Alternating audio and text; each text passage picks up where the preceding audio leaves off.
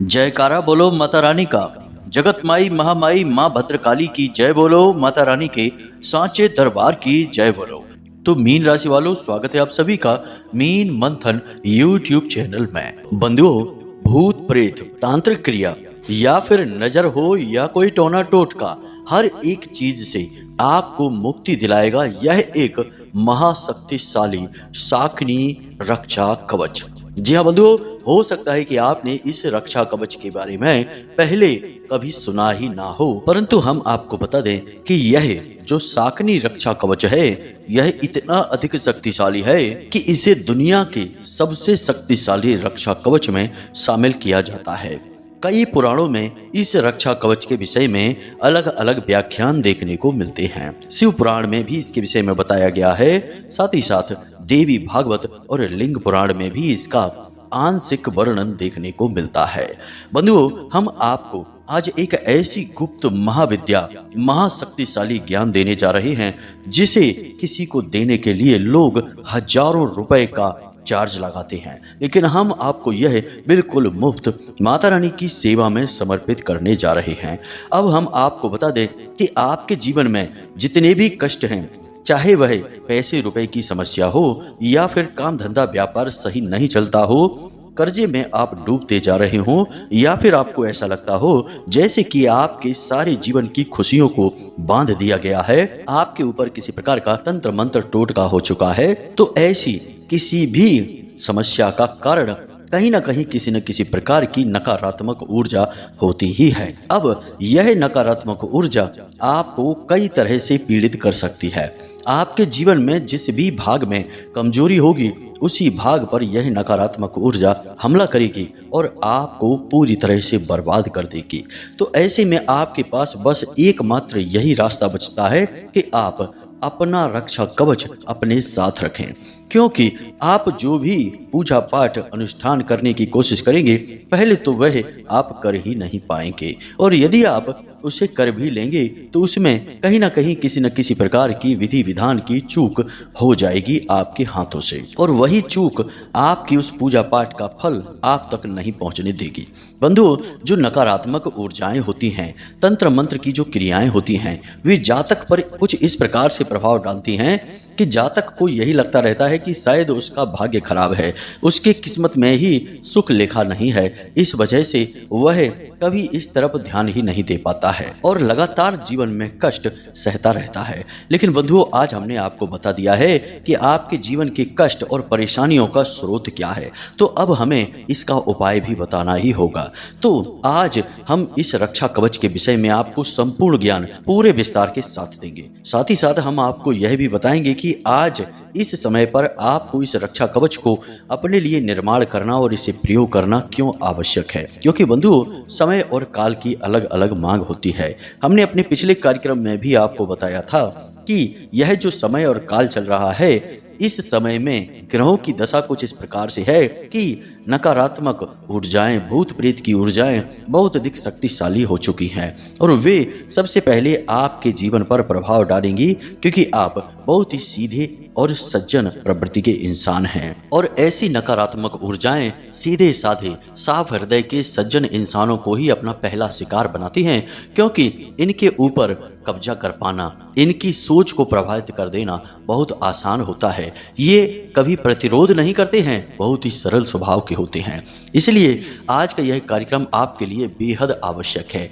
आपके जीवन में जो भी परेशानियां, जो भी अड़चनें चल रही हैं, वे सारी अड़चनें और परेशानियां आज इस कार्यक्रम को देखने के बाद निश्चित तौर पर 100% गारंटी के साथ हम आपसे कहते हैं समाप्त हो ही जाएंगी। हमें पूर्ण विश्वास है अपनी माता रानी और अपनी भक्ति पर। तो बंधुओं, हमारा आपसे बस यही एक निवेदन है कि आज चाहे कुछ भी हो जाए, दुनिया इधर से उधर हो जाए, चाहे कोई काम बने या बिगड़े, परंतु आपको इस कार्यक्रम को अंत तक अवश्य देखना है। इस कार्यक्रम के हर एक मिनट, हर एक सेकंड में ज्ञान की भरमार है, तो आपको 1 मिनट 1 सेकंड का भी कार्यक्रम मिस नहीं करना है, वरना आप अपने जीवन में आ रही इस भगवत कृपा को ईश्वर के आशीर्वाद को खुद ही वापस लौटा देंगे। और फिर आप खुद ही बताइए कि आपके कष्ट और परेशानियों का कारण कौन बना? आप स्वयं ही बने। जी हाँ बंधु, तो ऐसी भूल नहीं करना है, इस कार्यक्रम में अंत तक बने रहना है। बंधु, हम दिल से बताते हैं कि हमने आज इस कार्यक्रम को तैयार करने में सचमुच में बहुत मेहनत की है। माता रानी से बहुत निवेदन किए हैं कि हे माता रानी, आपके भक्त बहुत परेशान हैं, पल पल पे ठोकरें, परेशानियां और लगातार अपमान सहते चले आ रहे हैं। इनके जीवन में किसी प्रकार से उद्धार होना चाहिए, आपकी कृपा पहुंचनी चाहिए। तो हे माता रानी, आप इन भक्तों के जीवन में आएं, अपनी कृपा लेकर आएं और इनके हर एक कष्ट को समाप्त कर दें। और जो हम विधि आज बताने जा रहे हैं, इन भक्तों के जीवन में इस विधि का पूरा प्रभाव होना ही चाहिए। और माता रानी, आपकी आशीर्वाद की हमें बहुत कृपा है। ऐसा निवेदन हमने माता रानी से किया, तब हम इस कार्यक्रम को आज आपके लिए तैयार कर रहे हैं। भक्तों, बंधुओं, आज का यह कार्यक्रम आपके जीवन के लिए रामबाण औषधि के समान है। इसे आपको देखना ही होगा, वरना आपसे ज्यादा दुर्भाग्यशाली कोई इस संसार में है ही नहीं। क्योंकि हम तो एक तरफ सच्चे हृदय से आपकी सहायता करने के लिए आपके पीछे पीछे भाग रहे हैं, और आप हैं कि हमसे हाथ छुड़ाकर, माता रानी से अपना दामन छुड़ाकर भाग रहे हैं। तो ऐसी भूल नहीं करनी है बंधुओं, आपको इस कार्यक्रम को अंत तक अवश्य देखना है। तो चलिए बंधुओं, बिना समय गवाए माता रानी का नाम लेकर आज के इस बेहद ज्ञानवर्धक और जीवन में चमत्कारी परिवर्तन लाने वाले विशेष कार्यक्रम की शुरुआत करते हैं। कमेंट बॉक्स में लिख डालिए, जय मां भद्रकाली रक्षा करो। माता रानी निश्चित तौर पर आपके ऊपर रक्षा करेंगी, हमें पूर्ण विश्वास है। इसी के साथ साथ बंधुओं, यदि आप इस चैनल कार्यक्रम पर पहली बार आए हैं तो आप इस चैनल को सब्सक्राइब अवश्य कर लें। बगल में जो सब्सक्राइब का बटन है उसे अभी इसी वक्त दबा दें, क्योंकि ऐसा करके ही आप माता रानी के दिव्य परिवार, माता रानी की दिव्य कृपा के पात्र बन जाएंगे। और फिर आपका हर एक कष्ट माता रानी खुद देख ही लेंगी। जो माई की गोद में आ गया, माई क्या उसका कभी बुरा होने देंगे? कभी नहीं। तो जल्दी से माई के परिवार से जुड़ जाइए, माँ के भक्त के साथी बन जाइए और चैनल को सब्सक्राइब करिए। तो चलिए बंधुओं, चैनल को सब्सक्राइब कर लिया, अब आगे बढ़ते हैं। तो अब बंधुओं, पहले शास्त्र की बात कर लेते हैं। आपने शक्ति माँ के बारे में अवश्य सुना होगा, जिनका दूसरा स्वरूप माता पार्वती हैं। उन्हीं का एक श्रेष्ठतम स्वरूप, जिसमें सभी 10 महाविद्याएं, 9 देवियां समाहित हैं, जिन्हें हम देवी दुर्गा कहते हैं, चामुंडा देवी के नाम से भी जानते हैं। ये देवी एक ऐसी महाशक्ति हैं जिनकी सेवा में दुनिया भर की सेविकाएं लगी रहती हैं, जिन्हें हम योगिनी, शाकनी, डाकनी और गढ़, दूत और भैरव के नाम से जानते हैं। बंधुओं, कभी भी देवी की सीधी कृपा प्राप्त कर पाना इतना आसान नहीं होता है। कई जन्मों की कठोर तपस्या के बाद भी कभी देवी का साक्षात्कार हो जाए, देवी की सीधी कृपा प्राप्त हो जाए, तो बड़ा सौभाग्य मानकर चलिए। एक जन्म की कठोर तप से तो देवी प्रसन्न होंगी भी नहीं, क्योंकि जिस देवी, जिस पराशक्ति, जिस महामाई की हम यहाँ बात कर रहे हैं, उसकी सेवा में तो संपूर्ण देवत्व, स्वर्ग, नरक और हर एक प्रकार की दैवीय ऊर्जा लगी हुई है, तब भी वह देवी किसी से प्रसन्न नहीं होती है। तो हम जैसे तुच्छ मानवों की तो हैसियत ही क्या है। परंतु इसका मतलब यह नहीं कि हम जब देवी की सेवा करते हैं, माता रानी की भक्ति करते हैं, तो हमें उनकी कृपा, उनका आशीर्वाद मिलता ही नहीं है। बंधुओं, ध्यान से सुनिए, यहाँ पर हम और गहराई में उतरेंगे शास्त्रों की, और आपको उदाहरणों के साथ चीजें समझाएंगे। तभी तो आपको सारी बातों का भरोसा होगा और आप इस क्रिया को अपने घर में करना शुरू करेंगे। वरना आप यही कहेंगे कि गुरुजी बातें बता देते हैं इधर उधर की, हमें समझ ही नहीं आती है। तो ध्यान से सुनिए, जब कोई देवी के किसी भी स्वरूप की पूजा करता है, साधना करता है, उनका नाम स्मरण भी करता है, तो देवी की सहायिकाएं, जिन्हें हम अलग अलग नामों से जानते हैं, हमने आपको कह दिया, योगनियां उनका मुख्य नाम है। इन्हीं योगनियों का एक प्रकार शाकनी है, जिसका रक्षा कवच हम आज तैयार करने वाले हैं, और यह पूर्ण रूप से सात्विक होगा। आपको डरने की कोई आवश्यकता नहीं है, क्योंकि शाकनी नाम असल में लोगों ने नकारात्मक बना रखा है, क्योंकि यह बहुत ही तीव्र और बेहद शक्तिशाली और जरूर मदद मांगने पर आने वाली ऊर्जा है। देवी की प्रमुख सहायिका है या सेविका है। तो जब हम और आप जैसे तुच्छ मानव माता रानी की सेवा करते हैं, चाहे किसी भी रूप में करें, चाहे माँ बगला के रूप में करें, चाहे माँ काली के रूप में, माँ दुर्गा के रूप में, किसी भी रूप में उनकी हम जब पूजा करते हैं, तो तुरंत उनकी सहायिकाएं, उनके सेवक भैरव, गढ़, उनके रक्षक दूत तुरंत हमारी ओर चल देते हैं। जी हाँ बंधुओं, माता रानी तो नहीं लेकिन उनके ही प्रतिरूप, उनकी ही आंशिक शक्ति को धारण करने वाली ये दिव्य शक्तियां हमारी ओर आ जाती हैं और हमारे आसपास रक्षा कवच बना देती हैं, निर्माण कर देती हैं, जिससे जातक सुरक्षित हो जाता है। कभी कभी जब जातक अपनी साधनाओं को बढ़ाता है, बल देता है, तो उसे तरह तरह की अनुभूतियां होने लगती हैं। उसे ऐसा लगने लगता है जैसे कि उसके आसपास कोई है, लगातार 24 घंटे कोई उसके साथ रह रहा है। उसे हमेशा अपने आगे पीछे किसी न किसी के साथ होने की एहसास होता है। यही अनुभूति, यही एहसास इन दिव्य शक्तियों का होता है। यह देवी का नहीं परंतु देवी के आंशिक रूपों का होता है। तो ये जो देवी के आंशिक रूप होते हैं, इनमें भी देवी के जैसी ही दया भावना होती है, उनकी ही जैसी कृपा शक्ति होती है। बस देवी से इनकी शक्ति कमजोर होती है, परंतु हम मानवों के लिए तो यह बहुत ही शक्तिशाली हैं। देवी का ही स्वरूप हैं। जिनके ऊपर इनकी कृपा होने लगती है उनके जीवन में तो बारे न्यारे हो ही जाते हैं। हम एक उदाहरण देकर बताते हैं कि एक अध्यापक हैं और वे बहुत ही पीड़ित रहते थे। हमेशा तरह तरह के कारोबार में घाटा खाकर हर तरफ से निराश और परेशान होकर बैठे थे। एक बार तो स्थिति उनकी ऐसी भी आ गई कि इतना कर्जा और परेशानी बढ़ गई कि उन्हें ऐसा लगने लगा कि अब तो उन्हें सिर्फ इस संसार से मरकर ही मुक्ति प्राप्त होगी, आत्महत्या ही एकमात्र उपाय है। तभी उनकी हमसे मुलाकात हुई और उन्होंने हमसे अपने सारे कष्ट खुलकर बता दिए। उनकी आंखों से आंसू छलक उठे, रोने लगे बेचारे। कहने लगे कि हमने तो बहुत कुछ बनाने की कोशिश की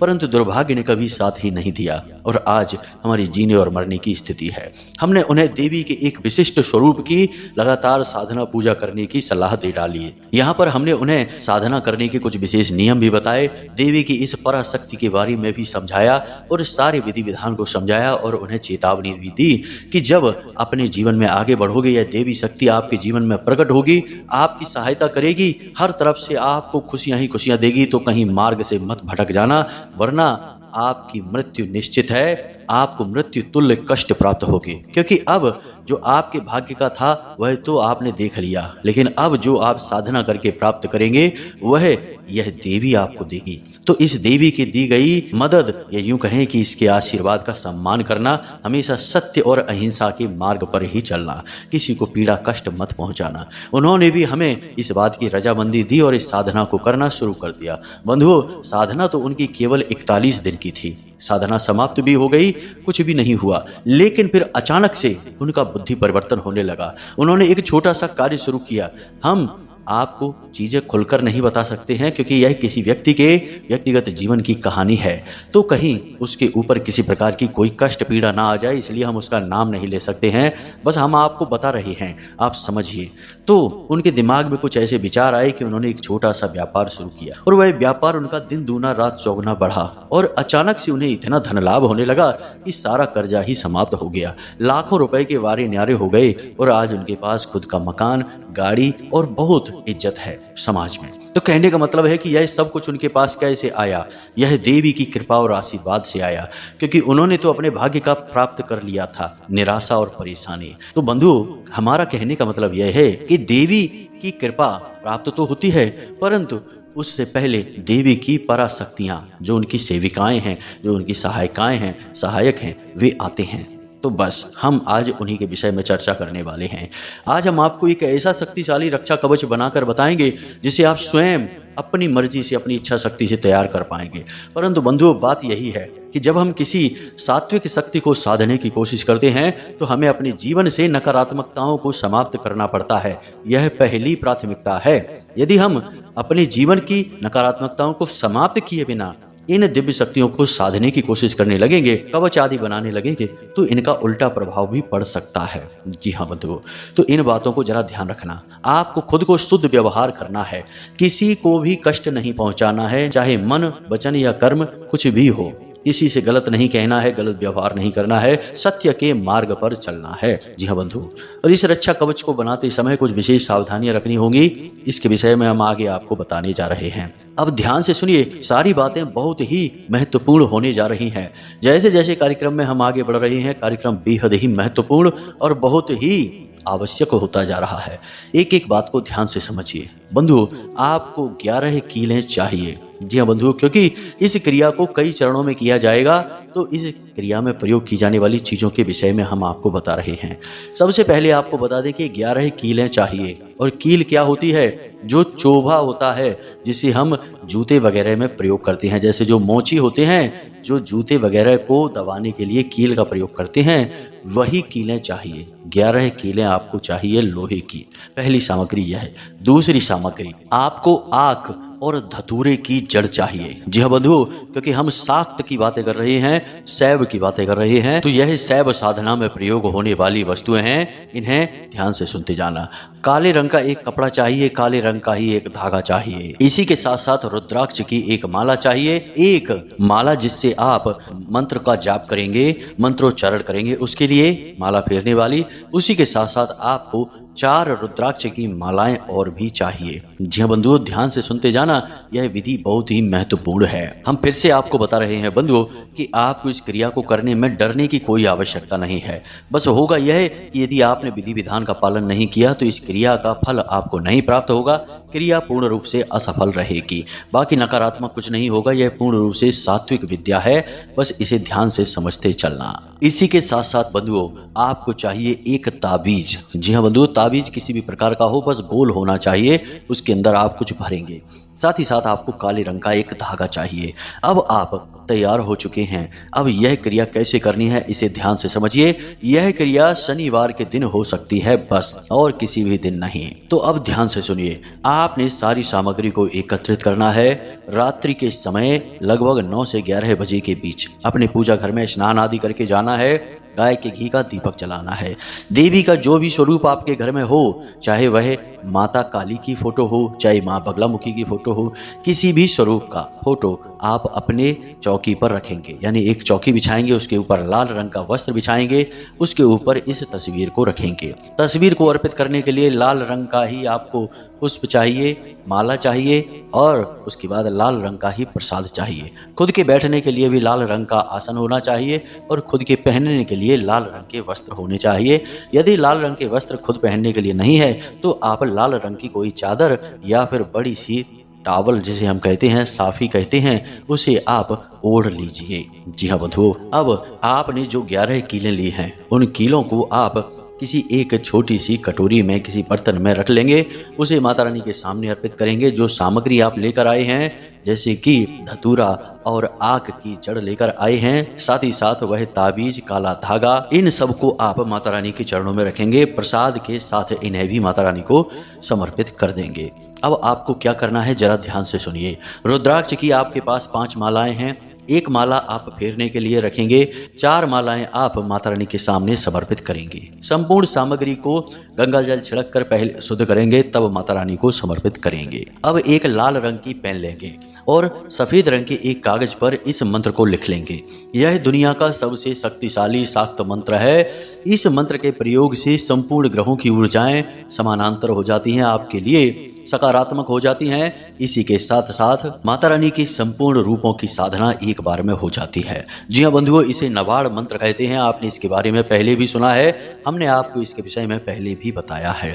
तो आपको इस मंत्र को कम से कम 3 बार इस कागज पर लिखना है। बेहद छोटी राइटिंग में लिखेंगे, फिर इस कागज को फोल्ड करके हम उस ताबीज में भरेंगे। तो बंधुओं, ध्यान से सुनना है। मंत्र आपको मोबाइल की स्क्रीन पर भी दिखाई दे रहा है, हम बोलकर भी बता रहे हैं। मंत्र कुछ इस प्रकार है। ओम ऐं ह्लीं क्लीं चामुंडाय विच्चय।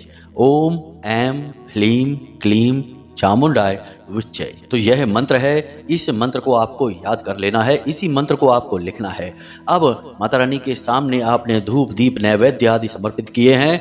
अब हाथ जोड़कर माता रानी से कृपा की, उनके आशीर्वाद की प्रार्थना करिए। माता रानी से कहिए कि हे माते, हम आपकी शरण में हैं, आपकी कृपा आशीर्वाद चाहते हैं। हमारे जीवन में बहुत कष्ट हैं, हम बहुत परेशान चल रहे हैं, और आप यह सब देख रही हैं। हम अब आपकी शरण में हैं और हम चाहते हैं कि आप हमारी मदद करें, हमारे कष्टों से हमें मुक्ति दिलाएं। जी हाँ बंधु, इस प्रकार माता रानी से निवेदन करिए। फिर रुद्राक्ष की माला उठाइए और उस माला से कम 3 माला इस मंत्र का जाप करना है।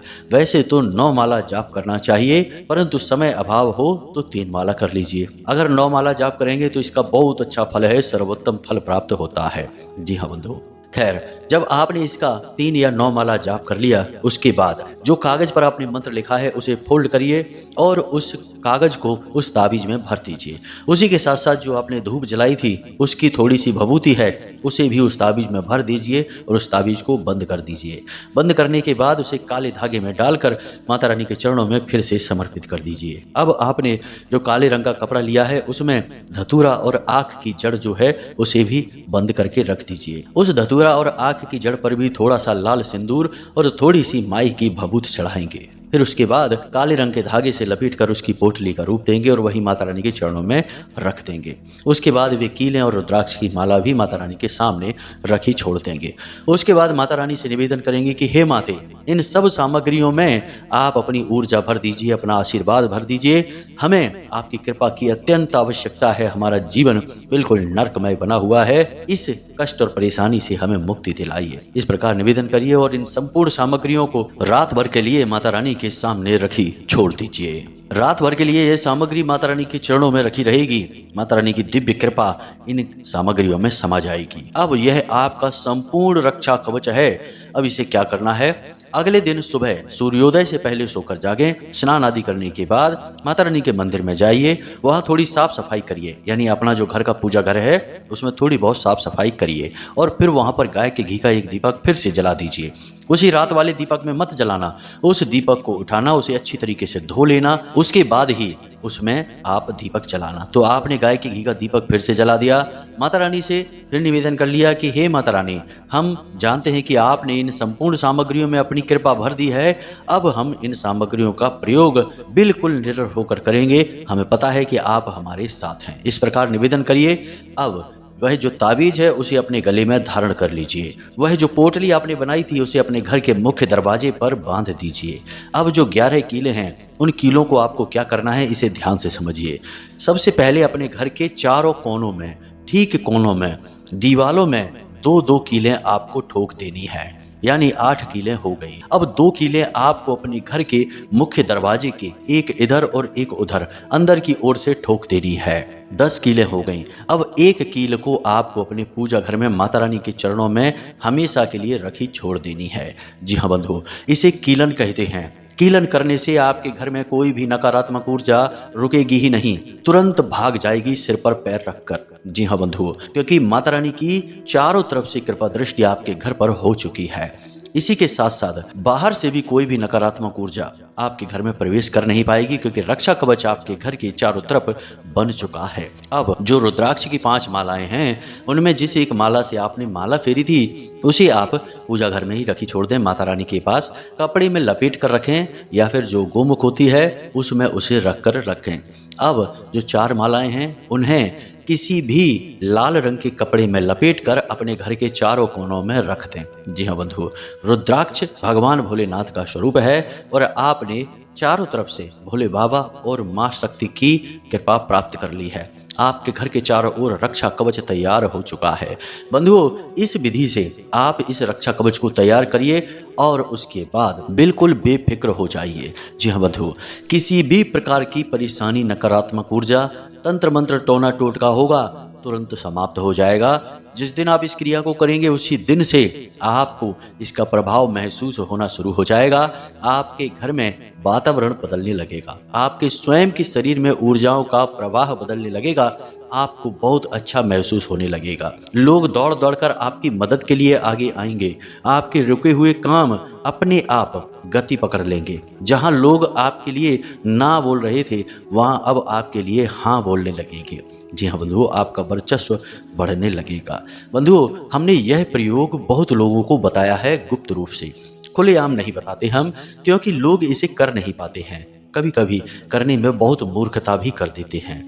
ऐसे में उन्हें दुष्परिणाम देखने को मिलते हैं। तो कहते हैं कि गुरुजी आपने हमें ये प्रयोग बताया और हम तो उल्टा बहुत परेशान हो गए। तो भाई, जब आप कोई सकारात्मक कार्य करते हैं तो गलत कार्य नहीं कर सकते हैं। आपने जब यह रक्षा कवच अपने लिए बनाया तो अब हर वक्त माता की जो सहायिकाएं हैं, सेविकाएं हैं, जो उनकी ऊर्जा पराशक्ति हैं, वे आपके साथ रहेंगी। तो अब ऐसे में आप शराब नहीं पी सकते, जुआ नहीं खेल सकते, मांसाहार नहीं कर सकते हैं, गलत भोजन और गलत वातावरण नहीं कर सकते हैं, किसी की चुगलियां नहीं कर सकते, गलत कार्य नहीं कर सकते, किसी का हक मार कर नहीं खा सकते हैं। मतलब कहने का यह है कि अब आपको बहुत ही सात्विक और साधारण बनकर रहना है। गलत तरीके से कोई भी कार्य करेंगे तो उसकी तुरंत सजा मिल जाएगी, क्योंकि अब आपका जीवन देवी के संरक्षण में है। और देवी कौन है? देवी सात्विक सकारात्मक ऊर्जा है, कोई भी गलत कार्य नहीं बर्दाश्त करेंगी। यह बात आप खुद ही समझते हैं। तो चलिए बंधुओं, आज के इस कार्यक्रम में बस इतना ही ज्ञान देंगे। कल फिर से हाजिर होंगे कोई विशेष महान ज्ञान को लेकर। तब तक के लिए कार्यक्रम से विदा चाहेंगे। हमेशा हंसते रहिए, मुस्कुराते रहिए, सकारात्मक रहिए, माता रानी में अपनी आस्था और विश्वास बनाकर रखिए। हमेशा प्रेम से बोलिए जय माई की, जय मां भद्रकाली। माता रानी आपका कल्याण करेंगी। धन्यवाद।